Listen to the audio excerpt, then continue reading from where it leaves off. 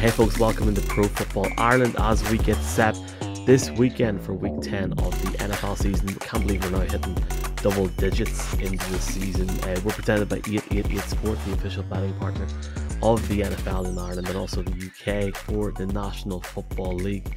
Michael McQuaid, Mark Hogan, Jason Hayes. As we get set for week 10, we've got some great news next week. We obviously have this historic weekend in Ireland with the Steelers having their sold out watch party, up to 500 fans in Croke Park next weekend in the Hogan Suite. We're going to have an event on Saturday night with Neil Reynolds from Sky Sports NFL in the Woolshed, Ireland's premium NFL bar, with Ireland's biggest and Ireland's best NFL outlet, Pro Football Ireland, linktr.ee/NFL Ireland for tickets. Mark, you may dust off your shoes for that, man. How you doing? Do you know what I'm most interested in seeing? Croke Park without the seats in the Cusick stand. You know, they're upgrading at the moment. And I was like, will it look right being there? Maybe you won't get a glimpse of it at all. Yeah, I want to see it. They're selling the things. Imagine that. They're selling 250 seats from the Cusick stand. I thought that you'd be able to pick one up as a memento for free, but they're trying to keep them exclusive. So I don't know where my thoughts are. I'm obviously so excited for the event, but other things are on my mind.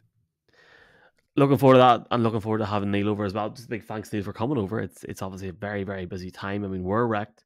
I can't imagine how wrecked he is. Jason, before we talk about Germany, it's good to see you again. Wearing a Cardinals jersey. Interesting. Is this because Kyler's back, or what's the crack? Yeah, it's a special week. Special week this week. My man is officially back. It's been a long time coming. So finally have a reason to tune in and actually watch and hopefully enjoy the Cardinals. So I had to whip it out of the wardrobe for that. Kyler Murray. I have to say, I'm looking forward to not seeing a tweet from Jason every morning. Here's a play until every day. I'm joking. The Kyler plays. I'm only messing, man. I actually enjoy it every morning because I'm seeing more Kyler than I've ever seen. Best luck to him this weekend, going into week 10.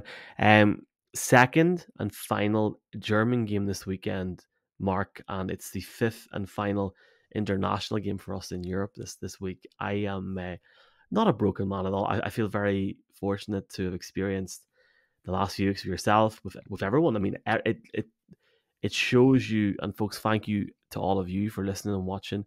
Everybody associated with Pro Football Ireland, both NFL and in college, has had an opportunity to go to a game, either an NFL game or a college game, through the last 11 weeks. I think that's pretty special, Mark, but Germany was pretty special last weekend, wasn't it? Do you know what? I'm interested in Jason because we were talking about it there, saying how's the body feel, and we had alluded that these things aren't easy to do. And yeah, you're obviously feeling it now, Jason, that it's like, it's so much fun, but we're here recording Wednesday night at 9 o'clock, and I'm already looking forward to the sleep on Friday night before I have to wake up to do it all over again. I don't know how you're feeling, but obviously with your leg, you did Trojan work getting around the place. But no, it was good. I suppose the one lucky thing, and it was alluded to by Peter King, is that it wasn't a walking city. I mean, it was kind of more compact, Frankfurt was, compared to Munich the year before, and there's a bit of walking to be done in London as well. So from that point of view, we can thank ourselves. But we have so much content still to put out from last weekend, and very quickly coming down the tracks is another Patriots Colts game. So yeah, it's kind of funny. Before we even talk about that Patriots Colts game, Jason, that was your first NFL game to go to his media, meeting Peter King, having a crack. Were you that Irish journalist on that Monday morning quarterback article, or what was the crack? Unfortunately not, no. But yeah, what an experience. Some pinch myself kind of moments at times. Rubbing shoulders with the likes of Peter King, whose work I've been reading and watching for many years. Many other guys there as well. I don't know if listeners follow me on Twitter or anything, but I even bumped into Anton Griezmann, which was just kind of bizarre. I wandered onto the field after the game. And then he had to go and absolutely shred Celtic yesterday, so we're not friends anymore. We had 2 days of friendship, but he killed that there last night. But yeah, no, great experience. Can't wait to do many more of them now. But that Germany in general, it's such a different vibe to the London games, which are great as well. But that stadium was loud, and those fans really invested in the game. Yeah, that's what's crazy about the German experience is like that was a home field advantage. I've never seen that in Germany before. We didn't, or in Europe before, I should say. It wasn't like that in Munich because everyone was a Tom Brady fan really in Munich last year. So it's like the way that they were able to bring it over. Like, I don't know. What do you think, Michael? Like it was 55,000 people, and you're kind of thinking, oh, come on, you're coming all this way. We've obviously in Crow Park, we have a stadium that could hold 30,000 people more, but you're kind of thinking like, oh, they've gone for the small atmosphere. But then it makes sense when you're there. First of all, it's an insane setup how they have you like it's like almost like a resort that you're going to, not a stadium, because the ticket checks are so far back. But then like it was absolutely electric, both for the Chiefs, the end of the national anthem, when whatever they do, they insert that Chiefs chant at the end. But like Yes. Miami made noise as well on some of those third down plays. So it's like from that point of view, you don't get that in London. And, you know, we're the ones that love the representation from the 32 teams in London. But then you go to Germany and you're like, whoa, this is a better atmosphere than you can get in an American stadium. I think, to be fair to London, the Bills Jags game this year and the Packers Giants game last year, the atmosphere was very good at them. I think Germany, obviously, yeah, it does go to a different level. I do agree with you there. I really enjoyed it. I really enjoyed the game, and I think I tweeted about it. Can we say I tweeted anymore? Like an hour before, and the crowd were electric, and it really helped with the fact that you sort of realize, God, I'm in Germany here, and there's an NFL Sunday on here. It was just a bit nuts, but I loved it. I loved how the Chiefs came out and played, frankly, over only in the country for 24 to 38 hours, and how the Dolphins took to the city as well. We obviously got a chance to meet our new best friend Bundy, and it was just a really, really nice weekend. I got up Monday morning and it was like a child on Stephen's Day, Boxing Day. It was great. Like I just loved it, and you know what? Like and like let's just jump into this game this weekend. I think any NFL fan or any analyst or whatever you want to deem yourself, if you're on I've listened to NFL podcasts this week that are downplaying this game on Sunday. You know, people that I've seen at Super Bowls, people I've seen at different games. And I don't know what they're trying to do with this game on Sunday. Is Bill Belichick, who may not be the head coach of this team next year, a legendary figure, a guy that we look back on when we're his age and talk to younger generations, hopefully, when we're old and grey and still doing a podcast at some point about how great this guy was. Coming to Germany with a New England Patriots team that are on the brink of disaster. They need to win this weekend. You got the Indianapolis Colts and Jonathan Taylor, Gardner Minshew, fair enough. A Colts team that doesn't historically travel internationally. This is a massive. Like, they never even mind the fact that Sebastian Vollmer, a guy that Jeff Reinbold and the NFL Europe team found in a swimming pool, took him to the States, ended up playing for the Patriots, winning, 2 Super Bowls, with a guy called Tom Brady, is taking his team to Germany, to his home country, and he's going to commentate in the game. I think for anyone to sit here, fan or whatever, to say this game means nothing this weekend, I've had people ask me why I'm going over to this game. I'm going over to this game because we're lucky to have a game in Europe at all. Do So you know? I'm buzzing. I don't. If it's not worth giving attention. That's insane. I must say, I haven't seen that kind of attention being given to the game. I think it is very positive. I think that a lot of people Yeah, are excited that it's in Germany. So it's like I don't like. There's no point focusing on the negatives. Like I do feel like 90% are probably very positive.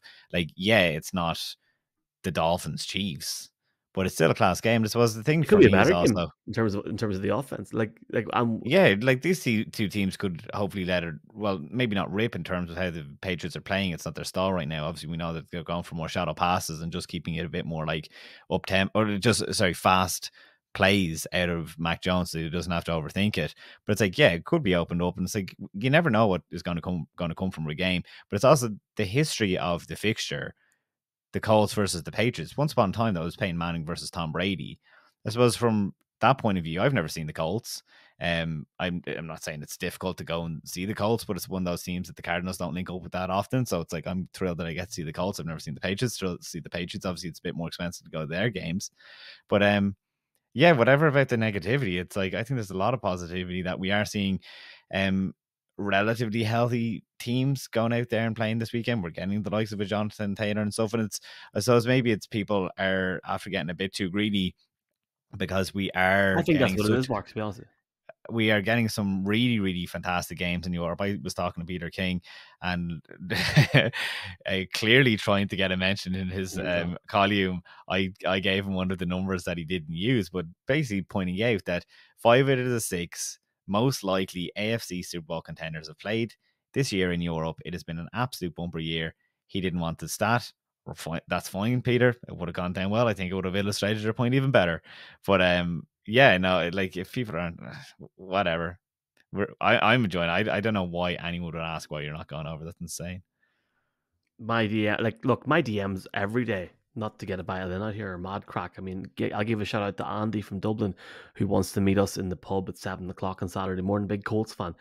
There's guys, girls from Ireland really, really excited this game. I'm really excited for the game, and we're privileged to be able to cover it for Pro Football Ireland and for fans in Ireland. And obviously, props to the NFL for that. Jason, I'm like a kid at Christmas on the drive to the Gaeltacht or to like a music festival.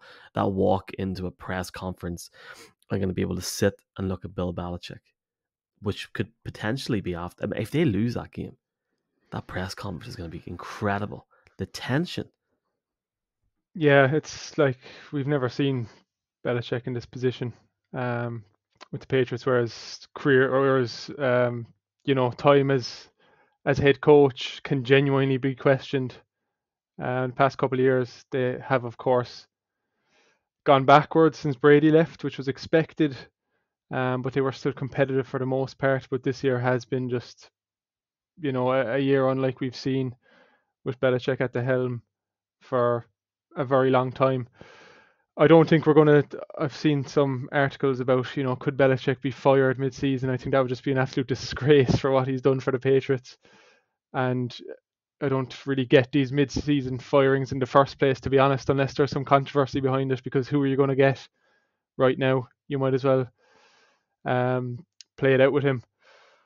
But if the Patriots can, we're over the halfway point of the season, and as much as people like to say, I want to win the games, I'm following my team, I'm rooting for my team to win, at some point losing becomes the better option, and I think we're almost at that stage with the Patriots.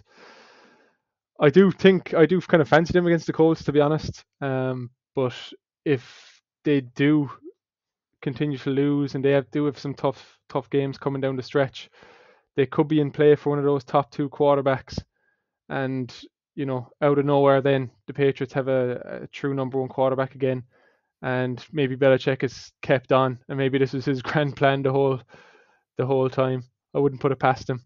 But that's such an interesting point, though, that you make. It's one that I've never thought about before. But Bill Belichick, the mastermind, you would imagine he respects winning too much, but is he such a mastermind that he would lean into that? Like you put the idea into my head that it's like, oh, as the general manager, maybe he does look at, like, not tanking, absolutely not tanking, but like there is something to Bill Belichick that would get excited, because again, we've never seen him in a spot that he's going to have a high draft pick, and all of a sudden, if he does, it's like I kind of want to see that version of him when he's picking atop the draft board the whole time in each of the different rounds. I can't see them, that's such a hard word to put with Belichick. He respects it too much, but there is kind of the evil mind at work of Belichick that I get that image of him with the draft pick. But just in terms of like I haven't seen too much of the negativity around the game either, Michael. But yeah, seeing a guy like Bill Belichick over in Europe, these opportunities don't come around often. And in a lot of the build up to the game last week, I think it was CBS, we're doing a lot of on-street interviews with fans, and it felt like must have been 50% of the Germans walking along the street were fans of the Patriots. So despite their down year, I could easily see a crowd. I'd be surprised if it's quite as strong as Chiefs last week, because that'd be tough to match. But I think we could see a very pro-Patriots crowd this week. And Colts have been involved in some very exciting games this year. Some of the best games, to be honest, including last Sunday, have come from games that you wouldn't expect. And I think this could definitely be one of them. So I'm looking forward to it. I'm looking forward to another 12 straight hours of Sunday. But I will I will say I'm relieved to be sitting this one on my couch because I was absolutely exhausted after last weekend. This Saturday, I believe it's Saturday or Monday, is the 1 year anniversary of the legendary now Munich game, and I think a lot of us maybe took for granted the fact that we now look back and we know this was Tom Brady's final international game. I think if you had known that was going to be the end completely, you would have even seen it in a different light when you were watching it live in person. But I think anyone that was there was privileged to be at one of Tom Brady's final games. He retired 2.5, 3 months later. I believe that this will be Bill Belichick's final year in New England. I think he deserves to go out with dignity, regardless what happens this weekend. I think they will win the game. I think they'll get a win for Sebastian Vollmer and co, which we'll talk about in a bit. But yes, the more I think about it, the more I feel like the atmosphere is going to be electric in the sense of there's a lot of Patriots fans. I think it'll be very much like the Ravens-Titans game in London. They will outnumber the Colts fans tenfold, in my opinion. But I'm really excited for this game. And looking forward to seeing everybody in Frankfurt this weekend. Please do let us know if you're out there. And look, it's a privilege to cover any game. We are so lucky to cover games in Europe for this, never mind 5. Do you know what? We are though, Michael, but put a pause on asking people to reach out to us, because we made that mistake last week and we ended up in bed at 2 or half 2 in the morning because we stayed out a bit too late. So if we are if you do reach out with us, maybe let's keep it more responsible this time, because we can't do that again. Be grand. See it all for Neil next week. Right. That was interesting. We will get your picks in the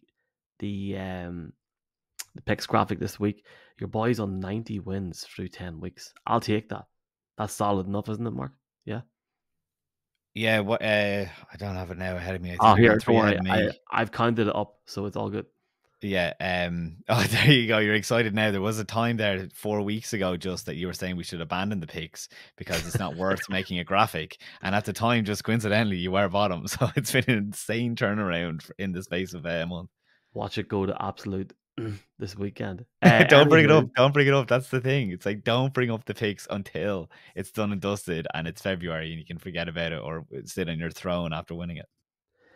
Mark, I know you want us to talk this week about future head coaches. We're already getting into the period of the season where, you've mentioned there now the Patriots and potentially their draft situation next year, but guys that we could identify that are performing very well at different levels in teams that we could look at as potential head coaches next season and beyond. Do you want to start us off, Marcus? Yeah, I suppose it's funny because we were going to do this last week when you're off, Jason and I, and then obviously what happened with the Raiders, and we're like, oh, do you know what, we'll park it. But obviously it is timely because it is that stretch of the season where names start to separate. And it really is because, funny, this time last year, I would text you, Jason, something about like, who are the Cardinals going to look at? Because we knew Cliff Kingsbury, the writing was on the wall. Thinking about it this year, I actually don't think there's going to be as many openings because we had 8 or 9 last year, wasn't it? It's like, look, normally there probably is around 7, but last year there was a particularly high number. And I don't think any of the first year or second year guys have been too poor. I think there is going to be a lot of continuity. So it's like, will we only see 4 or 5 guys fired? Like, because I'm only seeing one as an absolute cert right now, and that's obviously in Washington. If you're saying the likes of Bill Belichick, maybe Michael as well, that's going to be one. Maybe? Yeah, I don't know about Todd Bowles. Yeah, like they do need a culture change, but I suppose like that one's a difficult one. Yeah, that one, yeah. But look, we'll see it all coming out. But yeah, I suppose we're going to focus on the names that we want to see, or not want to see, we expect to see come out with this in this cycle. And I suppose there's no obvious ones apart from a certain defensive coordinator out of Cincinnati, but maybe I played this a bit too cute, but I think a guy that will get his chance next year is Eric Bieniemy. Why is Eric Bieniemy going to get his chance? Fortune. I don't know that he do this on purpose, but I think he will be the future head coach of the Washington Commanders. He went there obviously for this year because he had to break away from the Kansas City Chiefs. He was a 10-year running backs coach. He was a 5-year then offensive coordinator for the Chiefs. I thought that showed last week when he was playing against the Patriots and the familiarity with an AFC team like that he was able to show that he can beat that defense. And while a lot has been going wrong with Washington, the offense has been showing plenty of signs. Like Sam Howell, as a 5th-round pick from last year, is looking quite promising. Like, it's actually pretty insane when you look into his stats. 4th most passing per game. He's tied 7th in touchdowns with CJ Stroud. And it's like, when we're talking so highly about CJ Stroud, Sam Howell actually beats him in the stats at least. And there's obviously, we like his running, but only twice has he had more than 5 rushing attempts. I wonder, can he go a bit more in the Josh Allen of past and develop that a bit more? So I suppose just because we've seen signs of life out of an Eric Bieniemy offense, it's actually an insane stat that Sam Howell has had more big time throws than anyone in the league. That's one of those PFF stats, and it just speaks to that gunslinging, high-powered offense that Eric Bieniemy actually has brought along with him from Kansas City. I mean, we haven't really talked about it enough because obviously he has been a big name. But when you're talking about relatively new owners, obviously of last year, wanting that attractive style of the passing game, a guy that like has more dropbacks in the league than anyone else, the desire from Eric Bieniemy, I have to say he's one of those guys that has no moral victories at all. When they almost beat the Philadelphia Eagles and people were saying, oh, your O-line is finally look better, he didn't want to hear it. And it's like, I think that will appeal to the owners. And they're like, yeah, well, Ron Rivera wasn't showing us much passion. Here was this guy all along saying it's not good enough, I want to fix it. He actually said in one of the press conferences, excuse the language, but a few weeks back, being like, I need to clean this shit up. That's what I'm here for. And I was like, that's the kind of stuff you want to hear your coach saying. The only asterisk I have next to his name is that storyline that was there in August, that he was too intense for players. And we were kind of thinking, oh, is that why he hasn't become a head coach so far? But I think he's in a good position, Michael, for next year. Are enough, the Chiefs are having their biggest down year in offense in the Patrick Mahomes era.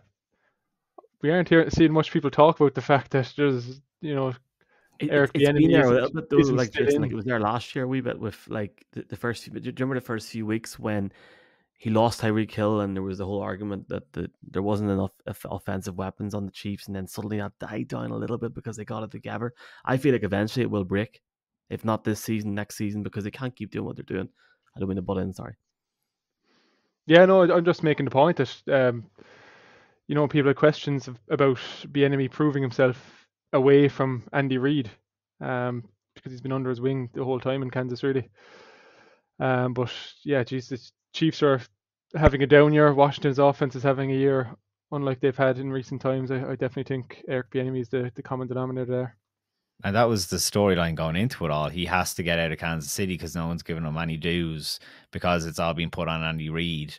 And he has, like, for better or worse, whether you trust in the offense or not, it's definitely putting up the numbers. The defense is obviously Ron Rivera's side of the ball. I think Eric Bieniemy's doing good. See, he does have the benefit of having great playmakers, and that's what frustrates people. It's like, why isn't Terry McLaurin getting like so many touchdowns?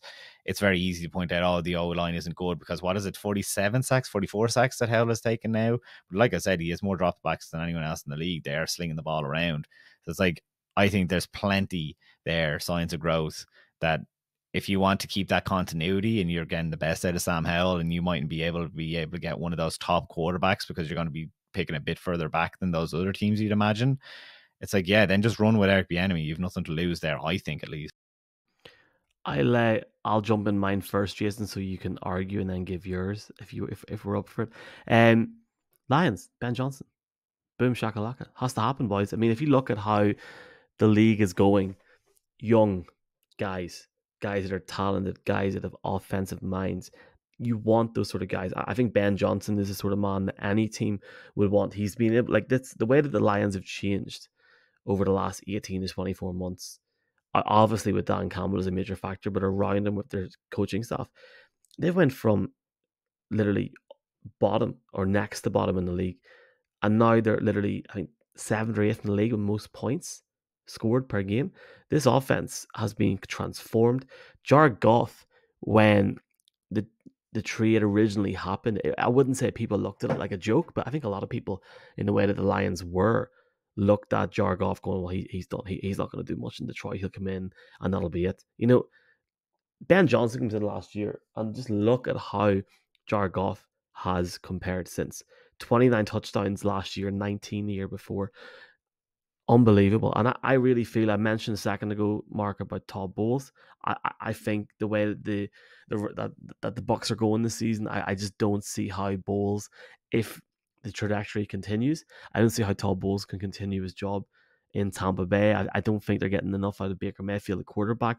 I believe that Ben Johnson could be the guy to get more out of the former number one pick in Baker Mayfield. I feel that if you look at where the Bucks are, if they can get more out of the quarterback play, they're not that far off. I feel like Johnson will be he'll be one of the guys that do move. I agree. I don't think the market will be as busy this year as last year, but watch out for Ben Johnson, folks, and remember this TikTok reel when it comes up in early February next year. In terms of Bieniemy, I don't want to jump too much on it. I don't want to say too much here. I think there's a reason he was never given the head coaching job, or never given a head coaching job when he was at KC, to go somewhere else. He has more history than some of the things that are said about the way he's on his team. And if he was the head coach of the Commanders, I'd be very interested to see how that goes. I feel like Bieniemy obviously left Kansas City for a reason, of course. He feels he deserves better. I understand that. I agree with that. Is Washington the right fit? We'll see. I think with those owners, with Shaquille and all involved, I think that they could do it. But I do want to say that Ben Johnson, I think the excellent points that you make, Tampa Bay makes so much sense. I want to ask you one thing, though.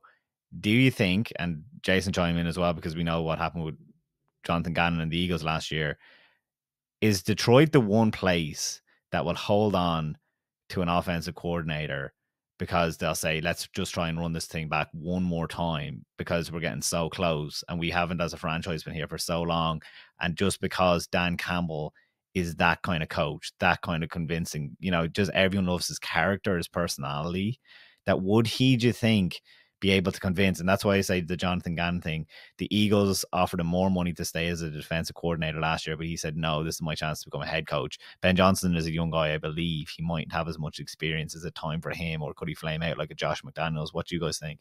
I think that's a really good point.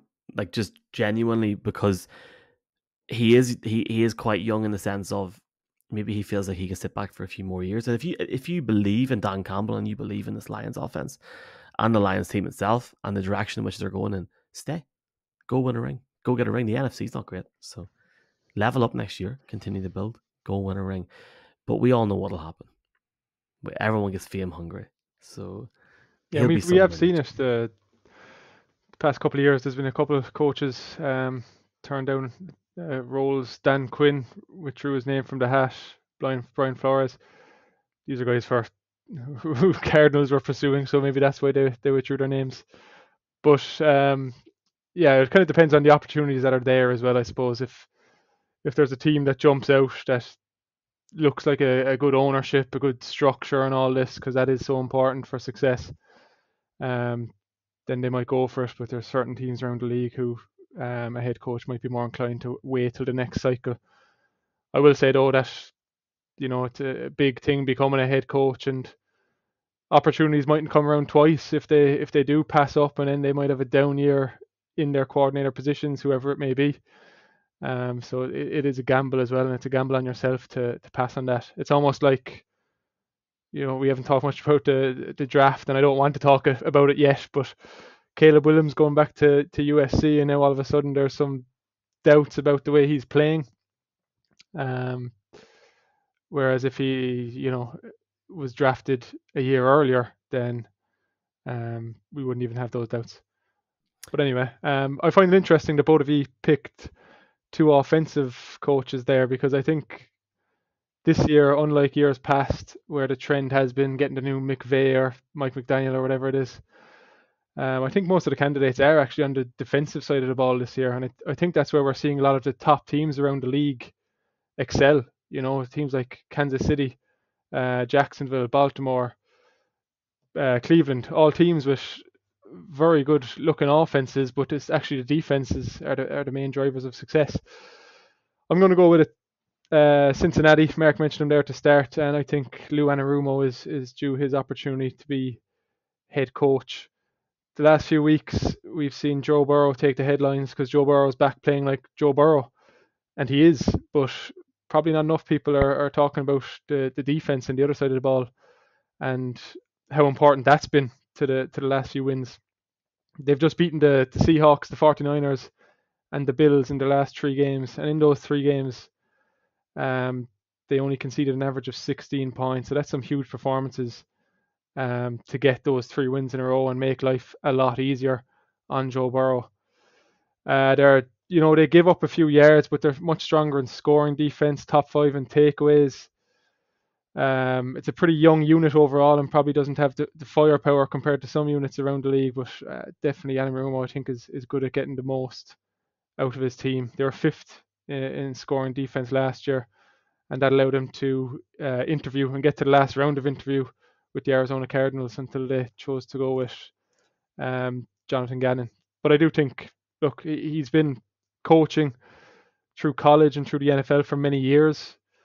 I was actually looking at some of his background before this, and since 1990, he's been a defensive back coach all the way up to New York Giants in 2018. So that's like 28 years of being a defensive back coach. I thought that was a bit unusual. Normally you see coaches kind of bounce around a few different positions. But since taking over as defensive coordinator of Cincinnati in 2019, he's progressed every year, and definitely 57 years old. I think it's his time to try and take over a team for himself. Yeah, love it. Boys, this is sort of analysis you don't get in any other Irish podcast or any UK podcast, I think. Love it. Do you know, it's funny, Michael, because we were actually texting. Jason said there was no direct preview, and I was like, I don't even know if we're part of a preview show. Like, we are and we aren't. I love that we're able, like, this is, it's worth talking about because, right. And it's like, I think it's timely to focus on this. Like, you want to start paying attention to certain, do you want to? No, you don't have to at all. But it's like, I think it's worth bringing up some guys, 3 guys that we haven't mentioned all years by name that need their dues, because we're going to start talking. It's going to become the trendy thing. We need to get ahead of it before one of these becomes a CJ Stroud and everyone else is talking about it, that kind of way. Which, Jason, do you agree with me? I said it on our podcast with James this week. The only reason I was paying attention to the Houston Texans in any capacity more than anyone else was because Michael here mentioned them twice in our headache. And I was like, wait, why are these guys playing so well? So it's like, it was not a shock to me that CJ Stroud was playing well. But then I guess it was to people that don't listen to Pro Football Ireland on a Thursday. Yeah, absolutely. I wasn't expecting much out of the Texans, but Michael's been on the ball from day one this season. CJ Stroud is actually facing Michael. I mean, like, look, I think for some, look, like if people want to listen to a Picks podcast, that's great. We're not Rich Eisen. We're not. If anyone is listening to this and not actually watching, Michael's gone bright red now with the praise that we've been lumping on him. No, it's just high class, so probably I'm fine. No way. Look, I like the Picks podcast with Jeff because we put it all aside. We do it quick. We run through it in 20 minutes. I do a betting podcast for you today with Michaela on a Friday. That's enough. There's no point in, like, look, I love you lads, but nobody's going to be sitting watching a game at 7 o'clock in the sun like going, God, who did the boys pick? There's a graphic there if they want it. So, like, yes, look, we appreciate the support, folks. And yeah, I like the way that this goes around certain topics. I think it goes out at the right time of the week for it as well. And there's also a different special podcast going out this week that these boys have no idea about. So stay tuned for that. Thanks. I feel excluded. I can't bring you on it. No, go on. We're 33 minutes into this. You want to guess? We're 30. Dan Whelan is going to be on. Boom! Nice. Now that one, Dan Whelan's going to be on the podcast. Dan Whelan. Anyway, it's like the end of the podcast segment, so we can just talk to us and then we're going to go back in again. Right. We're still in the video. Quarterbacks as we enter week 10 of the NFL season. Mark, can you just tell the public, tell people on the podcast and on the video about this bright idea? Mark was at it again. Because I was sitting eating my dinner. I was watching the Champions League. I was sitting watching Napoli. And I tell you what, against Union Berlin with my German so good at the minute. And I was like, what is he talking about? And now I've got it. So do you want to explain? Right, so I'll explain it, but you boys have to make your picks first. So what I said is let's each pick a quarterback because the CJ Stroud talk. And the ultimate irony of the CJ Stroud thing that me bringing up is going to hit later on in the episode. But with CJ Stroud breaking out, I was kind of like, oh, it's annoying that we didn't, announce it more because of you talking about it, Michael. And I said, why don't we each pick a quarterback that we have a bit of faith in, or not so much faith, but let's name a guy that is playing for the quarterback or basically that will be a potential starter next year and is earning a contract. And I suppose this comes off the back of Josh Dobbs last week as well, that Jason and I talked about it on the show, and I definitely wanted to go to bat a little bit, saying that how funny he was for the Cardinals, and he had a feistiness and a friskiness that I think could very well have transferred to the Minnesota Vikings. I expected that to happen. It happened on the weekend, and we weren't entirely surprised as Cardinals fans, but the greater world might have been. So I said, why don't we divvy this up and track it through the year? I don't know how I came up with, except for I don't want there to be a tie. I said, let's give the most wins from one of these quarterbacks 6 points. The total touchdowns, that can be whether they run them in or pass them, 5 points. Passing yards, we get you another 5 points. And whoever starts the most games. So this could be, in case you wanted to go for Sam Darnold, any idea down the road, most starts will get you 2 points. So that will probably, if we're playing the game. And I think I have fallen big time for the trap of playing the game and not going for the best quarterback on the board. I was just typing something about my pick. Can I just do mine now so you can laugh at me? You ready? Yeah, please fire away, because mine is going to be laughable. Jason, you clearly have this already won because we have no faith in our quarterbacks already. Well, just wait to hear mine. This week, an NFL record will be broken for the most rookie quarterbacks to start in a one season. Bryce Young, CJ Stroud, Anthony Richardson, Will Levis. You're not picking DeVito, are you? Dorian Thomas and Robinson. This is insane. Clayton Tune, Jaron Hall. Take the podcast seriously, Michael, please. And Tommy. Well, I'll tell you what. Hold on. Tommy DeVito was a long shot to make the NFL. Never mind the fact, stick himself out as an undrafted free agent quarterback. If you had told somebody 3 weeks ago that Tommy DeVito will be starting in the NFL for the New York Giants against the Dallas Cowboys this weekend, where do we start here, lads? Where do we start? Now, I don't think you give me much to work with here, to be fair. Huh? If you had told someone 3 weeks ago that the Giants would have, -7 passing yards with him leading the offense, then I don't think there would have been much surprise. Yeah, but we all have bad days, Jason. Like this is a guy that he's a local kid. He's well respected around the area. But you think he's the future? This guy is living out this dream, boys. Now, the Giants might be complete trash. I'm not saying they're not. But this is a lad that everyone's going to get behind. A 25-year-old from North Jersey, Don Bosco. They have nothing to lose the rest of the season. So, quite frankly, with the names that were put on the WhatsApp, boys, I was like, do you know what?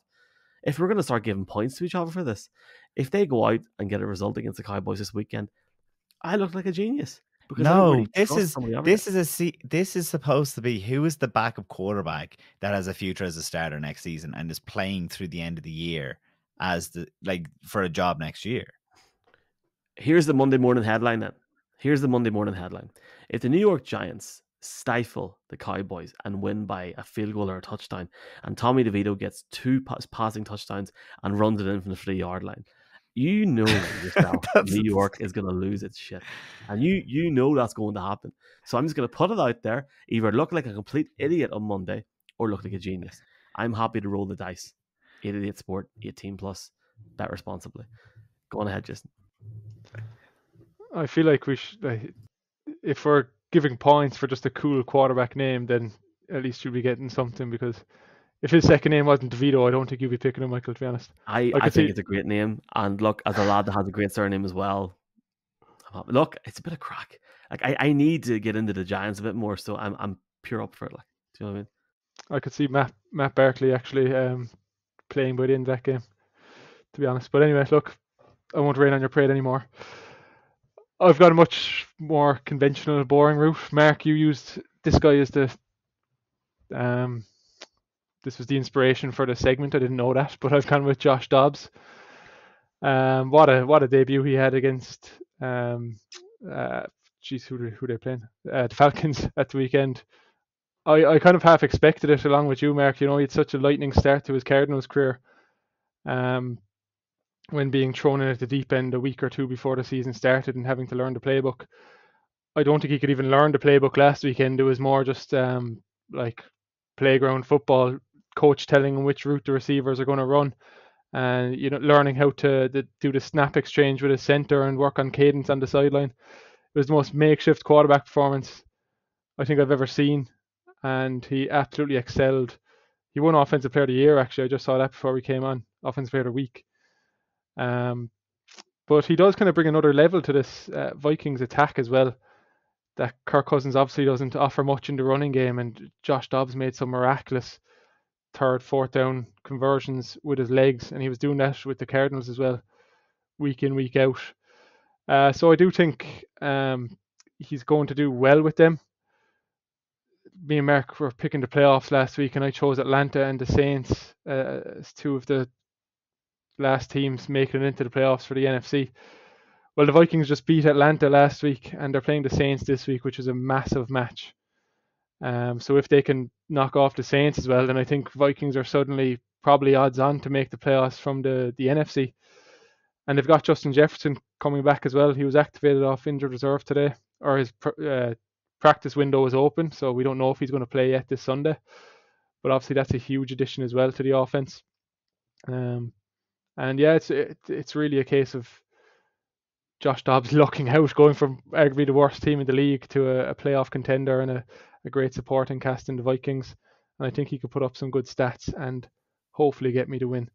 I think Josh Dobbs is one guy that needs a nickname. That's one thing I need. I haven't thought of one for this podcast, but do you remember a few years ago there was Jeremy Lin Sanity in the NBA? I think Josh Dobbs has that kind of vibe where he just comes out of nowhere and absolutely tears things up. So someone I could see the around the NFL lads now or something like that, managing to think of something. Go on, Mick.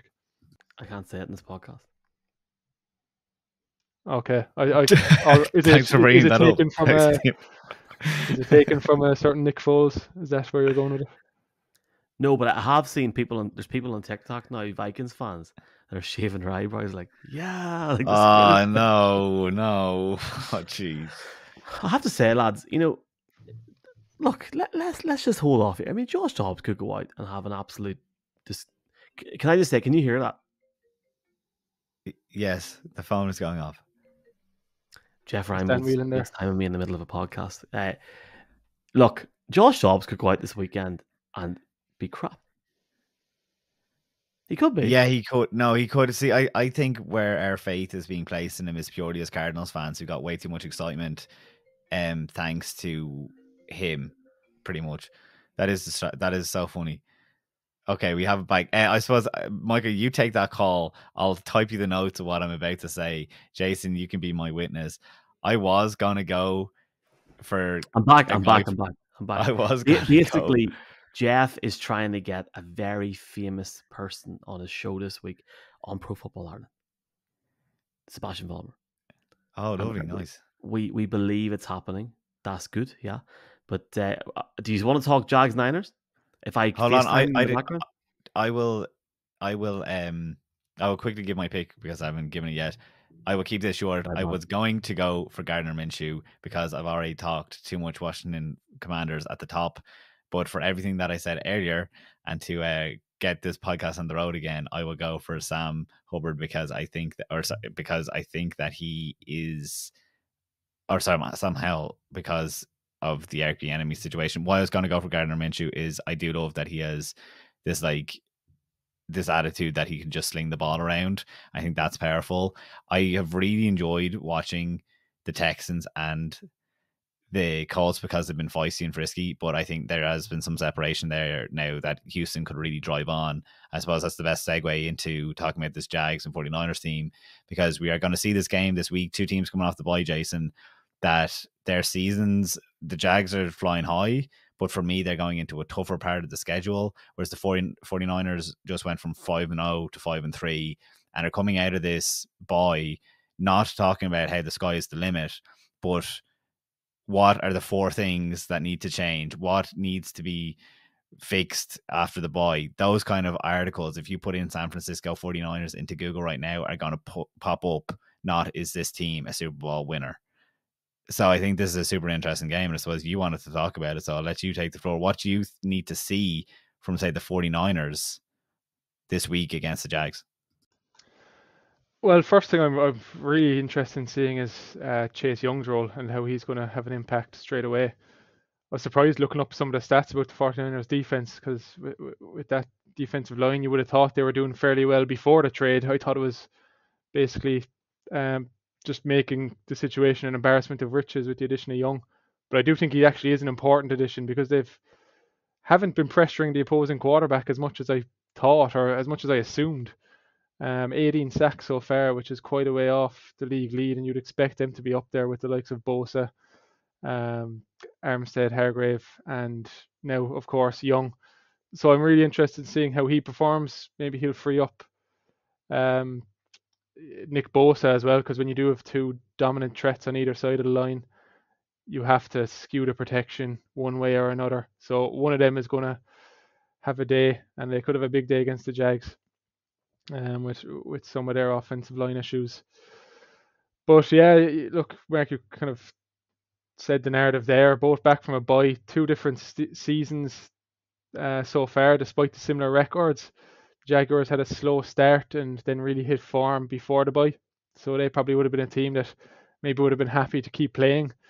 Whereas the 49ers had a dominant start to the season with 5 straight wins. People were writing them off, or writing them up down as Super Bowl favourites. NFC number 1 seeds, whereas then blink of an eye, 3 weeks later, here we are, 5-3. So it's just a huge game, and if they go back to 5-4, you can, things can slip away fairly fast. If Seattle keeps up their form, they might win the West. Suddenly the Niners are on the road for 3. What if Kyler won the last 9 games? Yeah, hey, that's the frightening thing. If they had pulled off a couple of those close games, that's what's insane. And then the Rams have just dropped off a cliff because obviously Matthew Stafford is out. But everything that you're saying is dead on, Jason. Yeah, no, it's just it's a very intriguing match. It's definitely the one that stands out the most this Sunday. And as you said, we were talking about it last week, but the AFC, all the top teams are going to be facing each other in this second half of the season.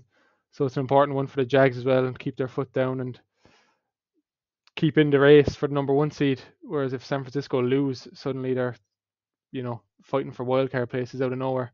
And I don't think they'll struggle to be in the playoffs by any means, but I don't have a stat to back this up, but has a Super Bowl team ever lost 4 games in a row? It seems a bit unlikely if they do go on a 4-game losing streak, and are a serious threat then in January. It's Mark, I'll just quickly chime in with this. This is a pivotal week for this Niners team. Like 4 weeks ago, people were saying Brock Purdy MVP. Niners are going to get to the Super Bowl. McCaffrey was on fire. I'm not saying he isn't now, but to go to Jacksonville and face this offense there's so many question marks. I'll be sitting in Bill's conference, looking at my phone, looking at the game at the same time. I wish this game was Sunday Night Football. How these games this week were not flexed is very poor, in my opinion, decision making wise. I understand certain markets. Do you know what? I wonder, Michael, and I'm not 100%, so one of you can correct me, but aren't they only allowed to flex a certain number of games? And we have some absolute howlers coming up down the stretch. So they're probably going to prioritize the big games in December versus the middle of November game when people aren't going to be out in bars and stuff like that, maybe. Because we've so many good games this year. They have to finish. They can flex. They can flex. But I think it's that you can only flex so many games into Sunday Night Football, and that's where the problem becomes, that they can only maybe have a max 3. And when we're talking about all the top teams have to play one another, they're probably waiting for a Chiefs-Ravens game, that kind of thing. But to bring it back to this game specifically, Michael, if I may, or if you want to jump back in, I know I'm after interrupting here, but I think it is really pivotal, because if the 49ers knock off the Jags, which they could do, well then fantastic. The 49ers are after knocking off a team. Now, the Jags could definitely do with getting more respect off people, so maybe people are going to dismiss it, but I don't think they should. It is a really good team. The Jags offense is very well balanced. I mean, Trevor Lawrence is top 10 in any meaningful stat as a quarterback. Travis Etienne is one of the best rushers in the league, at least like in rush yard if you're going to measure it that way. But what really stands out to me from the 49ers is that where's their run defense gone? And where it's gone, I think, is that they've gone and prioritized guys that are better against the pass, like Javon Hargraves and now Chase Young, instead of like any of those linebackers that have kind of had to walk away, because the defense definitely lost names last year, but everyone was thinking like, oh, well, because they got a Javon Hargrave, they've gotten better. I suppose that's where teams now are like, last year they were number 2 against the run. Now I think there's something like 20 or 18 in around that age or price range. So they are a different team. And last year they just balled. But then the flip side of things, Kyle Shanahan 49ers teams have been fantastic after the bye. So it's like when we apply that to the Bengals are doing this year, we give the Chiefs the benefit of the doubt that they're able to turn it on. He was 9-0 after the bye last year, 8-4 the year before that, 10-3 in 2019. You'll notice I missed 2020, the COVID year. He was 2-4 that year. So it's like, has he made adjustments? We'll see.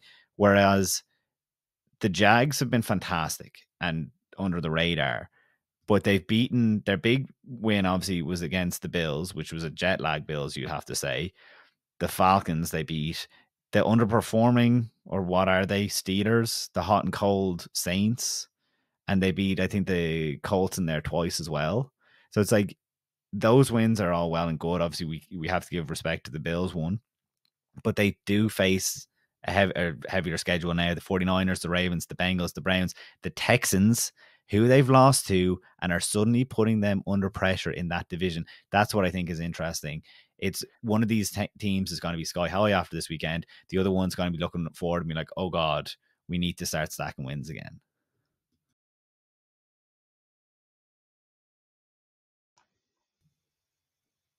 Oh, sorry. Yeah. Michael, we're both waiting for him to come back in. Hey, so I mean, if we want to park the game there, we can get our picks on the weekend. Maybe there's going to have to be a 10-second edit, so we are wondering why we're laughing. I'm excited for the game, obviously, for all those reasons. Obviously, we've not mentioned Brock Purdy enough, and what is going to go into that, Jason, about how crucial it is that he looks good and that he is rested up. Maybe there's going to be a bit more health coming back in. There was guys like how's Deebo Samuel getting on? We're going to see that. But if we do want to start to wrap up, and maybe we're going to have lost Michael for the end of it, we'll be able to take over from here if he does have to, in fact, go. Headache, do you want to start? Give me yours. Yeah, absolutely. I've got my Kyler jersey on. Oh, nice. Oh, please do it. Oh, that's class. I thought that was a Cam Newton. No, sorry. It's a Cardinals jersey. Sorry. Oh, if he do, this is so smart. If this is, I'm obviously joking. Like I sort of forgot it because it looks like navy blue from here with a light. It's probably faded into wash. Anyway. So yeah, I know it's like curveball. I'm not going to go with Kyler himself. I'm going to go with Marquise Brown, who is BFFs with Kyler, and he's been having a solid year for the Cardinals. Not number wise, but if you're watching the games, you can see him open a lot. And funny, straight after a segment where I was talking about Josh Dobbs as my pick, the amount of times Dobbs airmailed him this season when he was open deep for should be 50-yard plus touchdowns was quite frustrating. But with Kyler back now, I'm looking forward to seeing that connection again. In 8 games together last year, Marquise Brown had 53 catches, 565 yards, and 3 touchdowns. We've seen this Atlanta secondary give up a couple of big games, namely DeAndre Hopkins a couple of weeks ago. So look, I don't care if maybe I just want to believe this will happen more than actually think it will happen. But I'd love a big game from Kyler now at the weekend, and I think that will be spearheaded by Marquise Brown in the attack, and I think he's going to cause a few headaches for the Falcons. I'd just like to apologise to both you lads because Jeff called me there and he was just annoying me. He wasn't doing anything. So sorry, and thank you, Mark, thank you for going that on. I'm going to keep mine short and sweet, right? My mug, which I bought in Spain last week, and thank you boys for steering the ship as it kept going, says, Hoi lo voi a lograr. I didn't know what that meant until now because I've just translated it, and it says, today I'm going to achieve it. Well, as Mark leaves his seat, on Sunday, the New England Patriots are going to have a day for their German fans, in my opinion. And look, this is not a bold prediction in any way, shape, or form. We know how poor not how poor, but we know how ineffective, I guess would be the word, their offense has been so far this season. I can see Demario Douglas having a good day for the Patriots, more so than usual. Obviously, he does have sort of moments where I think he lost a punt return for 2 or 3 yards last week, but he's the best catcher that this team has at the moment for a wideout. I expect him to go for over 110 yards on the day and have at least one receiving touchdown. I don't think it'll be a incredible offensive performance over just on the board by the Patriots, but I feel like Douglas will have over 10 catches on the day and have a breakout performance in that sense in terms of where he's been previously in Germany, and the Patriots will beat the Colts. And Jim Irsay's flight home is going to be das crack. Did you boys hear that the Chiefs drove to Frankfurt and Ham Airport? Like the one that's really far away to go home. No, I didn't. Why did they do that? Frankfurt Airport is massive. They must have heard that we were there at the Albert Airport, paying $7.50 for a Heineken 0-0. Jesus Christ. Who have you got, Mark? Well, for what have I got is actually why I stood up a second ago, because you have your mug. My mug is also on the screen, except it's only an espresso shot, and this is for like a said P1? to you. What's Well, the crack?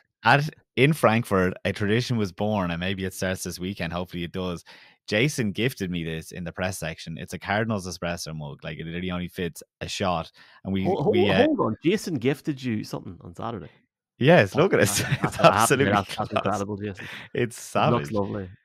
It's literally NFL endorsed, and all you have the logo on the bottom, Machine Ross washable. It's like a legit thing. It's class. It's probably my favorite piece of merch. Like, I have so much random stuff in my room, like towels from different games, programs, helmets, mini helmets, all this kind of stuff. This one goes to the top. So he said if they start to win, maybe we'll have to have some kind of a shot system, because we won't be haven't had too many shots, obviously, through the rest of the year, we'd imagine, as Cardinals fans. So obviously, thank you publicly, Jason, for the class espresso shot that you got me, just to one up your mug. And if we're trying to wrap this podcast up, I will say, and this is why it's the irony, after all the hype that CJ Stroud has had this week, I think the headache is for him looking the other side, your man, Luana Rumo, Jason, that at worst, he's been described as the next Justin Herbert. At best, he's been described as the next Patrick Mahomes. You hope that it's going to continue, and I'd love to see. Imagine the Texans knocked off the Cincinnati Bengals this week. And I think that that's the narrative that has suddenly come to the fore this week, that they've knocked on the door against a few teams. What are they now? I think their record is 4-4, isn't it? The Texans. So it's like, yeah. I think we'll all pick the Bengals. But if Michael, I don't know, do you have the spread there for what this is in the game? But I think it's going to be interesting, because look, it is the hype this week. But when we're talking about the weekend that just was, where we said it was the best slate all year, to be the name that came out of that and the way that he did it, and we broke it down on the James Scahill podcast, if anyone wants to listen down to the actual breakdown of CJ Stroud and the hype that surrounds him, that one or other is going to be a headache for one another, whether that CJ Stroud is Lou Anarumo, the Cincinnati Bengals defensive coordinator, if he's a headache, or vice versa. I think that's an awesome matchup this weekend. The spread is 6.5 points presented by. That's kind of crazy, though. I feel like, isn't that 6.5? Maybe Sport, the official betting partner of the NFL in Ireland and the UK. 6.5 points in the spread. Bengals. It's fair, but it's like, I feel like I take Texans 6.5, right? Anyway, we're not the betting podcast. I'll take the cover. I'll chat to Michaela. I promise you, because we haven't recorded it yet, I will insist, Michaela, that me and her talk about that game for your pleasure, Mark, and for everyone. I appreciate that. It's an interesting one. It's a hard game to pick. That's us now, hey? That is us now. Or I didn't really give that enough pizzazz. That's us now, hey? Week 10 kicks off Thursday Night Football with an absolute classic in the making. Let's be clear here. The Bears playing the Panthers. We'll be in Germany for the Colts against the Patriots at 3:30 local time, 2:30 Ireland on Saturday. Plenty of content, like we said, from last week still to come, and to reinforce the message, Michael, of the big announcement from today, if you would. Yeah, Neil Reynolds is coming to Dublin next Saturday. I was going to say Belfast there. Dublin next Saturday, lanktr.ee. Sorry, lanktr.ee/NFL Ireland. Going to be a great night with Neil. The night before the watch party in Croke Park for the Steelers. What a weekend. And where do you see Michael, coming to that party? do you have tickets? Announce it now. Do you have tickets for that before I get DMs? Is there any tickets for the Steelers at watch party? No, I don't. But during the show, it was announced when we were recording that there's more tickets going on sale this morning, Thursday morning at 10 a.m. I don't think there's many. So just so you're aware of that. They're €20. I don't have tickets. People, please stop I love yous, but please stop DMing me. I don't have tickets. We gave away tickets to members and publicly also the day it sold out. I will ask Mr. Rooney et al., but I don't want to annoy them because they're good people, and what they're doing next weekend is going to be sensational. Where do you see the crack, lads? Oh my god! Well, I'll see you boys there. Jason, you're making the law. I hear you're making the trip to Mordor to go to Dublin next week. Yeah, I am. Yeah, I'll be there. Looking forward to it. I feel like I've been making this trip up to Dublin crazy amount lately, mainly because I was getting appointments for my knee. But anyway, this will be a bit more exciting than that. Why do we not talk about Von Miller going up against the Broncos? Do you know how much that pains me to see that this week? That genuinely makes me upset. And he said it isn't a revenge game. Oh, God. Anyway, that's it now. Presenting 80 Sport, the official betting partner of the NFL in Ireland and the UK. Folks, if you can get it to that Neil thing next week, please do come. It's a huge night. That's going to be massive. And I just don't know if that will happen in Cork or Belfast. So if you're watching this from the north or the south, please do consider coming up or down the road. Thank you so much for your support. We will chat to you soon. Goodbye.